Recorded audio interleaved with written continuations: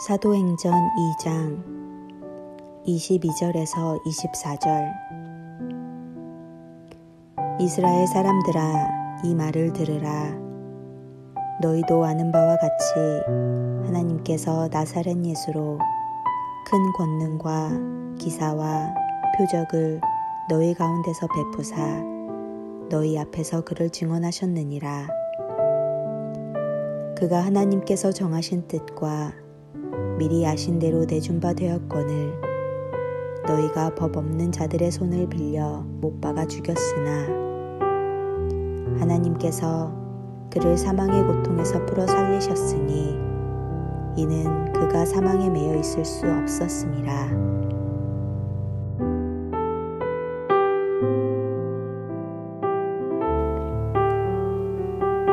오늘 본문에서 베드로는 부활의 기적을 믿지 않는 사람들에게 담대하게 선포합니다.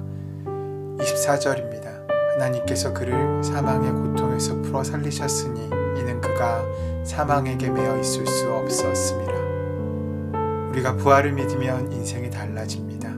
베드로가 바로 그런 사람입니다. 이전의 베드로였으면 그는 이렇게 고백할 수 없습니다. 하지만 베드로는 여기서 멈추지 않고 32절에 이렇게 고백합니다. 이 예수를 하나님이 살리신지라 우리가 다 이 일의 증인이로다. 예수님을 부인하고 저주까지 했던 베드로가 부활하신 주님을 만난 후에는 목숨을 건 부활의 증인이 되었습니다. 우리가 신앙생활을 하면서도 힘도 능력도 기쁨도 소망도 없이 할 수 있습니다. 왜 믿음 생활을 하지만 주님을 알지만 번민과 고민 가운데 있습니까? 그것은 부활의 주님을 알지 만나지 못했기 때문입니다. 확고한 부활 신앙이 우리에게 없기 때문입니다. 예수 그리스도의 부활 사건은 죽음의 세력에 대한 사망 선고입니다. 그런데도 여전히 죽음의 세력은 우리를 지배하고 있습니다. 주님께서는 죽음에서 이기시고 승리하셨지만 우리는 만나는 문제와 어려움 가운데 무기력하게 패배하고 맙니다. 여기서 잊지 말아야 할 것이 있습니다. 그 부활의 은혜를 만나고 부활의 능력을 누리기 위해서 우리는 십자가까지 붙잡고 나아가야 한다는 것입니다. 십자가 없이는 부활이 없습니다. 우리는 이 사실을 망각할 때가 많습니다. 우리는 부활을 좋아하지만 십자가는 싫어합니다. 아니, 장신구로서의 십자가를 목걸이로 귀걸이로 걸치기는 좋아하지만 구체적인 삶의 현실 속에서 우리가 짊어져야 하는 삶의 사명으로 감당하기는 싫어합니다. 하지만 부활의 기쁨을 참으로 노래할 수 있는 사람이 누구입니까? 하나님의 뜻을 이루기 위하여 십자가의 길을 마다하지 않고 그 길을 걷는 사람들을 통해서입니다. 부활은 달걀이나 백합, 초콜릿 등으로 경험되는 것이 아닙니다. 십자가를 선택하는 모험을 통해 경험됩니다. 십자가가 예수님의 삶에 대한 세상의 부정이라면 부활은 예수님의 삶에 대한 하나님의 긍정입니다. 갈등과 분열이 일상화된 세상에 화해의 복음을 전하신 예수님, 폭력과 두려움이 가득 찬 세상에 평화를 가져오신 예수님, 빛보다 어두움을 더 사랑하는 세상에 빛을 가져오신 예수님을 세상은 감당할 수 없습니다. 그래서 세상은 불의와 공모하여 예수님을 죽였습니다.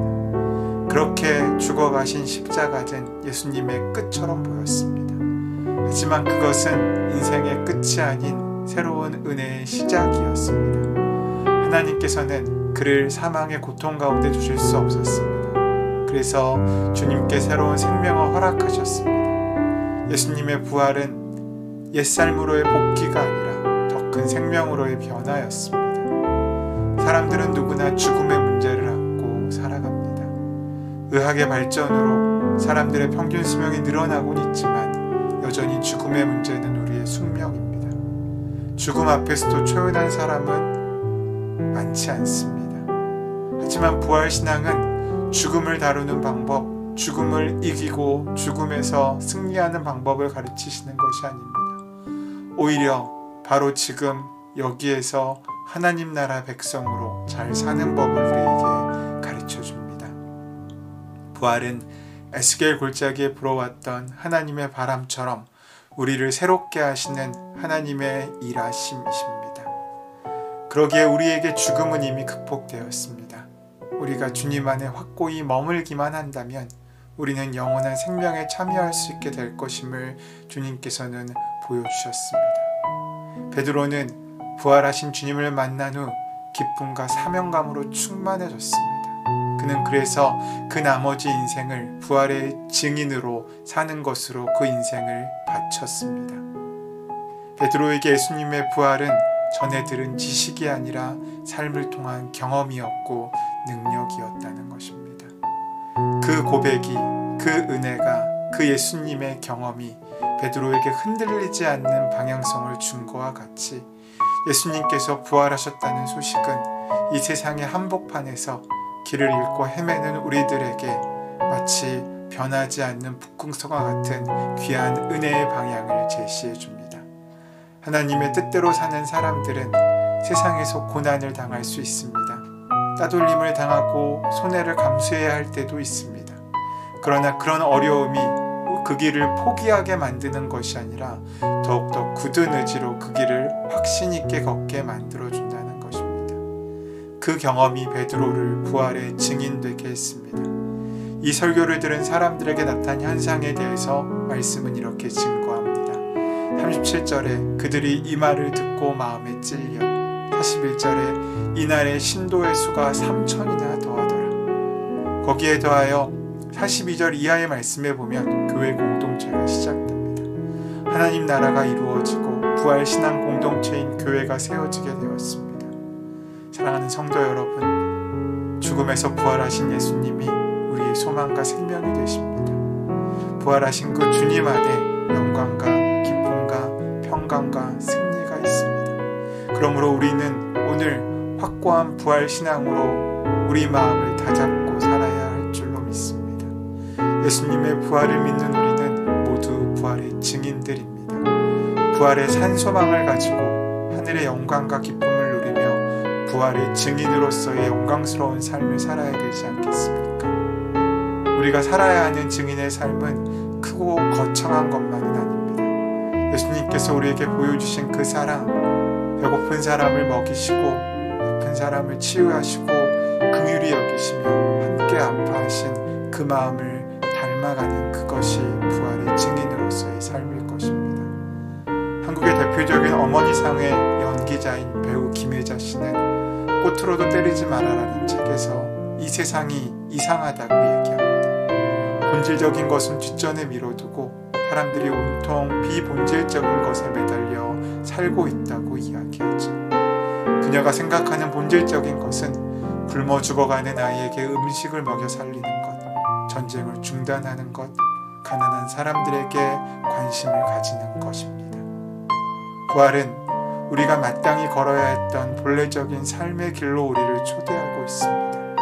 그것은 힘들고 어렵고 아무나 갈 수 없는 특별한 길이 아니라 우리 삶 가운데 우리가 본래 꿈꾸고 살고 만들어야 하는 우리의 본래적인 삶으로의 회귀의 모습이라고 할 수 있습니다. 오늘 주님께서 그 은혜의 삶에 우리를 초대하십니다. 우리에게 평화를 빌어주신 주님께서 우리를 향해 손 내밀고 그 길을 함께 가자고 요청하십니다. 그 복찬 초대에 감사함으로 응답하는 또 그 길을 함께 걷는 우리가 되기를 소원합니다. 오늘 그 주님과 함께 동행하고 승리하며 부활의 증인의 삶을 사는 저와 여러분 되시기를 소원하며 축원합니다. 은혜의 주님 감사합니다. 우리가 보고 들은 것을 전하는 증인의 삶을 살기 원합니다. 그러기 위하여 부활하신 주님을 만나기 원합니다. 우리와 함께 하셔서 우리에게 평안을 빌어주시는 주님의 평화와 은혜를 가지고 우리가 걸어가야 할 참된 사랑의 길을 귀하게 걷는 오늘 하루가 될 수 있도록 동행하시고 인도하시고 함께하여 주시옵소서. 그 모든 것을 감당한 힘이 주님께서부터 시작되는 줄 믿습니다. 우리가 그 은혜에 합당한 삶을 살기로 작정하고 그 삶을 시작할 수 있도록 인도하시고 역사하여 주시옵소서. 주께서 은혜로 날마다 함께 하실 줄 믿사오며 감사하며 예수님의 이름으로 기도드립니다. 아멘. 이제 함께 조용한 침묵 가운데 오늘 주신 말씀을 기억하며 주님의 증인된 하루를 시작하기 위하여 말씀을 묵상하시고 기도하심으로 하루를 여시는 시간 가지시기 바랍니다.